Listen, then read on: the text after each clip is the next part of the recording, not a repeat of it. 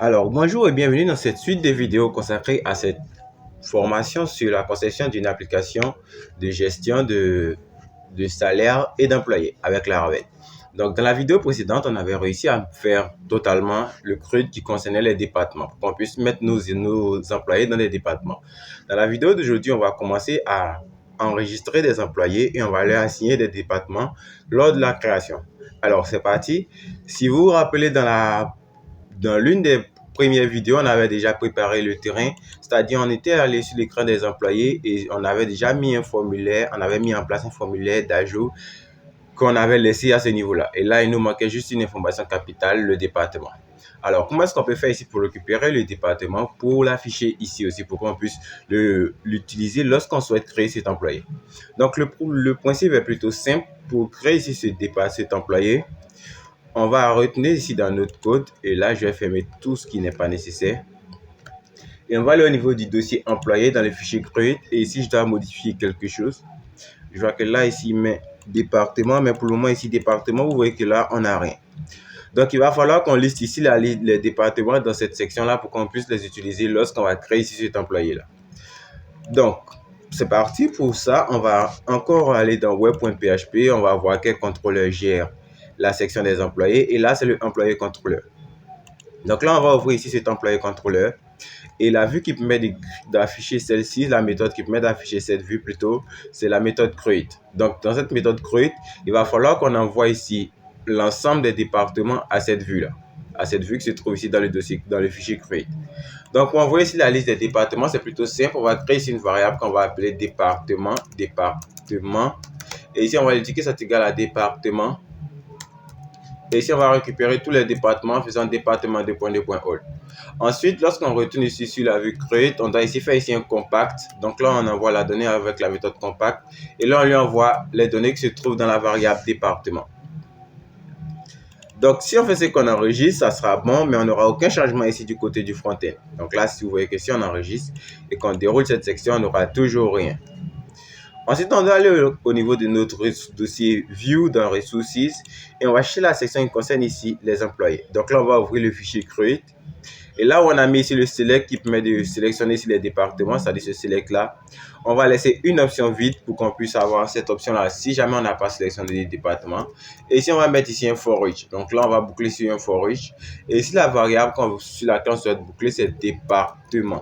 Et cette variable, elle provient ici du employé contrôleur. Et dans la méthode create, on l'a envoyé ici avec la méthode compact. Donc, il s'agit de cette variable-là. Donc là, on fait ici $département as $département. Ensuite, là, ici, on va mettre ici une option. Et dans l'option pour la value, on va mettre ici la value, ça sera département au singulier ID. Ensuite, la valeur affichée aux yeux de l'œil, ça sera département. Et ici, ça sera ici non. Donc, si on fait ce qu'on enregistre, c'est qu'on rafraîchit ici la page. On pourra dérouler maintenant les départements. Vous voyez qu'on aura ici plusieurs départements qui apparaîtront. Mais ici, ça apparaît vite parce qu'ici, le champ, c'est pas non. Donc là, je vais voir la colonne. Je pense que la colonne, c'est name. Donc, c'est dans département contrôleur. Plutôt que ça soit non, la colonne, c'est département name. Ok. Ensuite, là, si on déroule le département, on voit que là, maintenant, on a la possibilité de choisir ici le département. On peut prendre le département informatique et créer ici cet utilisateur-là. Ensuite, une autre chose à prendre en compte, c'est que lorsqu'on souhaite créer ici un utilisateur, on devra ajouter ici les informations qui concernent sa paye. Donc là, ici, on peut aller au niveau de la migration. Je vais voir comment est-ce qu'on a créé ici ça. Donc là, ici, on a le montant journalier. On doit permettre à ce qu'on puisse saisir ici le montant journalier. Donc, pour saisir ici le montant journalier, il y a deux possibilités. Soit on peut donner la possibilité pour qu'on puisse saisir ici le salaire de l'employé. Comme ça, on va diviser ce salaire-là par 31 pour avoir le montant journalier. Soit on met ici un champ qui va permettre de saisir le montant journalier. Donc, comment est-ce qu'on va faire cette partie? Je pense que je vais choisir ici de faire en procédant par le montant journalier.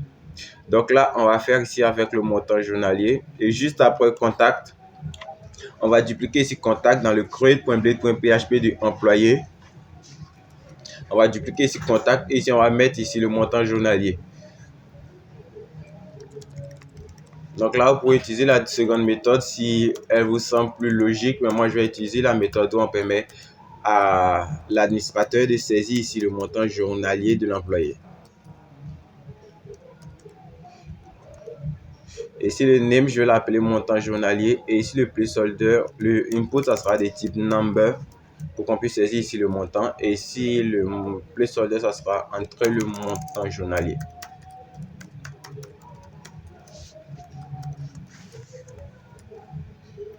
Voilà, là, ici, on a tous les champs qui nous sont nécessaires pour créer ici un nouvel employé. Donc là, on a le département qu'on choisit, on a le nom, le prénom, le mail, le contact et le montant journalier.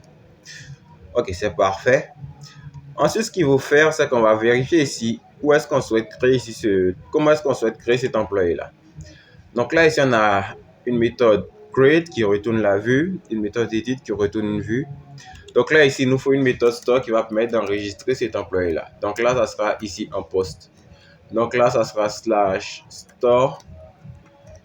Et ici, on va encore utiliser le employé contrôleur.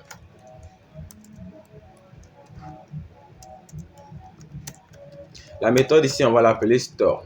Donc là, le nom de cette route, ça sera ici employé.store. Ensuite, on va aller au niveau d'employé contrôleur et on va venir créer ici cette méthode store juste en dessous de la méthode edit. Donc là, ici, on va faire ici un public function store. Et ici, pour cette méthode store, on va vouloir faire ici une validation. Donc, on va utiliser encore les requests. Donc là, je retourne dans mon terminal et je fais ici un coup de PHP artisan make .request. Et le nom de la request, je vais l'appeler store employé request. Ensuite, au niveau de cette méthode store, je vais mettre ici la valeur qui est store employé request et je vais l'appeler ici en $request. Ensuite, je vais rechercher ce fichier store employé request que je viens de créer qui se trouve dans app http request. Vous allez voir la nouvelle request en bas. Donc, au niveau de cette request, pour l'authorize, je vais retenir simplement true pour le moment. Et ici, pour les arrows, il va falloir que je retourne ici un nombre d'éléments. Et pour ces éléments-là, je vais venir les regarder ici dans le create. Donc là, ici, on a besoin du département ID. Donc là, département ID. Et ici, département.id, on va lui dire qui d'abord il est requis. Et ici, que c'est un entier. Donc là, si on envoie une chaîne de caractères, ça va poser problème. Ensuite, après le département, on dira qu'on a besoin ici du nom de l'employé. Donc, je vais voir la variable que j'ai donnée. Donc là, c'est first name. Donc là aussi, on a besoin ici du first name. Et on dira que ça sera lui aussi requis. Lui, il sera une chaîne de caractères.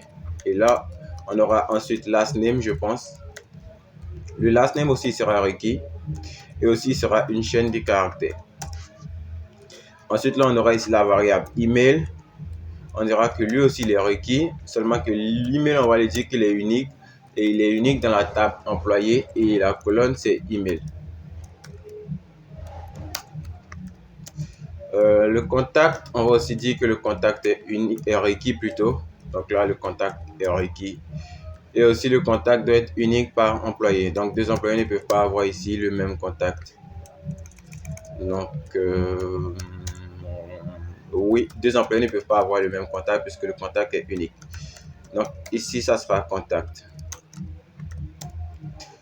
Ensuite, on a le montant journalier. Donc là, le montant journalier, il faut aussi que lui soit requis. Donc, on a le prénom, on a le montant journalier et le contact, on l'a appelé phone. Donc là, ici, c'est phone. OK. Ensuite, le montant journalier, lui aussi, il est requis. Et on dira que le montant minimum à saisir, ça doit dépasser, on va dire, 3. Donc, on va dire que la personne est payée au minimum à 3 € par jour. On va dire ça comme ça. Et si jamais le montant est en dessous de ça, ça va causer ici un problème dans notre système. Donc là, on va supposer que les employés de l'entreprise qui vont utiliser cette application sont payés au minimum à 3 € par jour.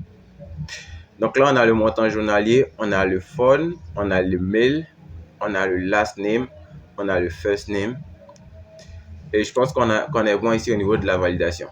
Ensuite, ici, il va falloir retenir ici des messages. Donc là, ici, on va faire un public function message. Et on est toujours au niveau ici de la request. Donc là, ici, on va faire encore un return. Et on return encore un même tableau.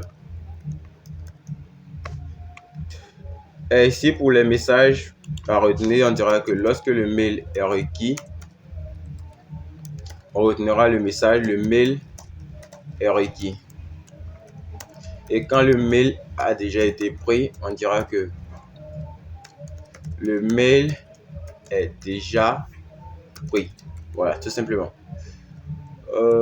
Ensuite aussi, on fera phone.required pour dire que le numéro de téléphone